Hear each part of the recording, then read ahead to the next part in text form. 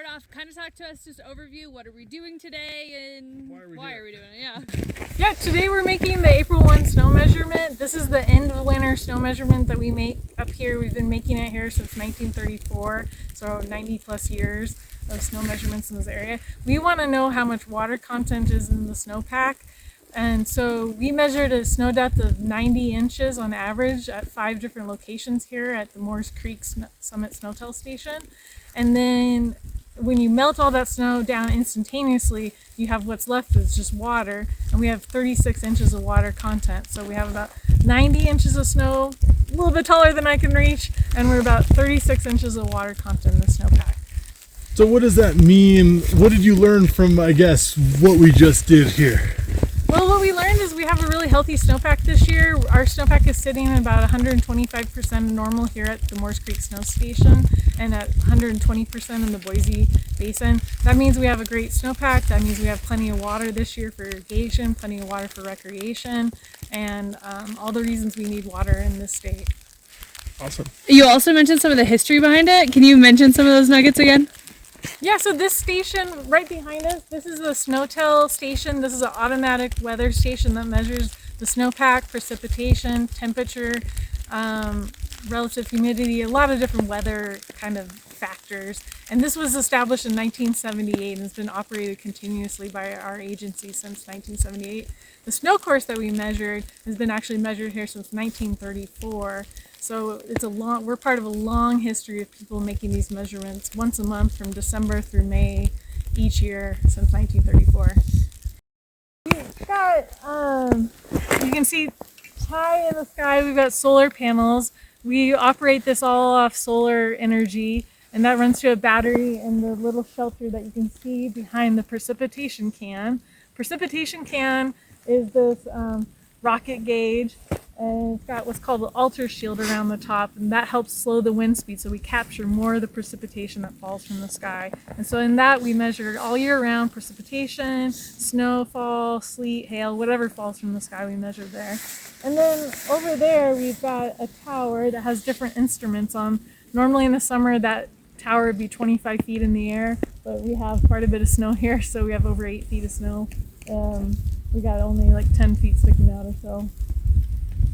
Right below that, on that tower, we have several different instruments. We measure air temperature, we measure relative humidity, we measure the snow depth, and then underneath all of that, we have what's called a snow pillow, which is basically a big scale that measures the weight of the snow that's on top of it, and that's how we find out how much water content is in the snowpack each year. You can really feel that crust when you first press it down. There's several. Oh my gosh.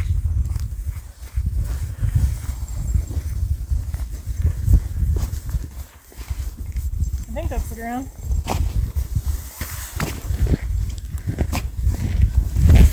110 inches.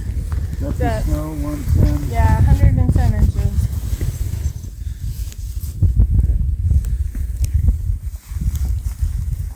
Hopefully we got the snow.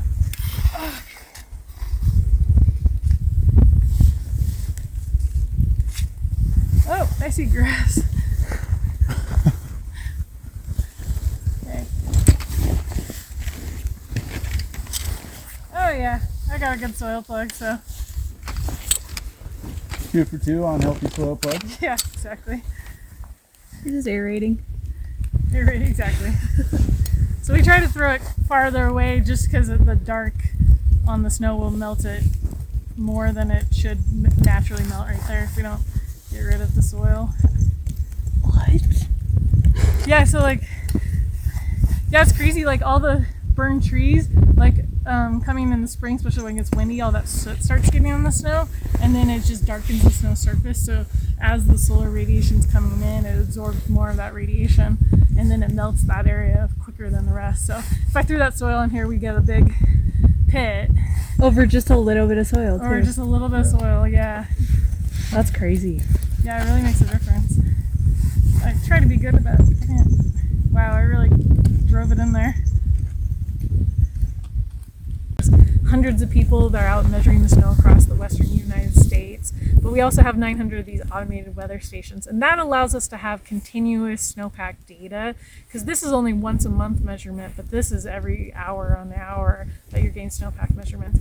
We partially measure the snowpack here because we have this long record here, and so you want to have a continuous record. That's a really special thing, to have that long of a record of snowpack in one place. And then also it helps us verify that the measurements by the instruments are measuring the same thing that we're measuring in the field as well.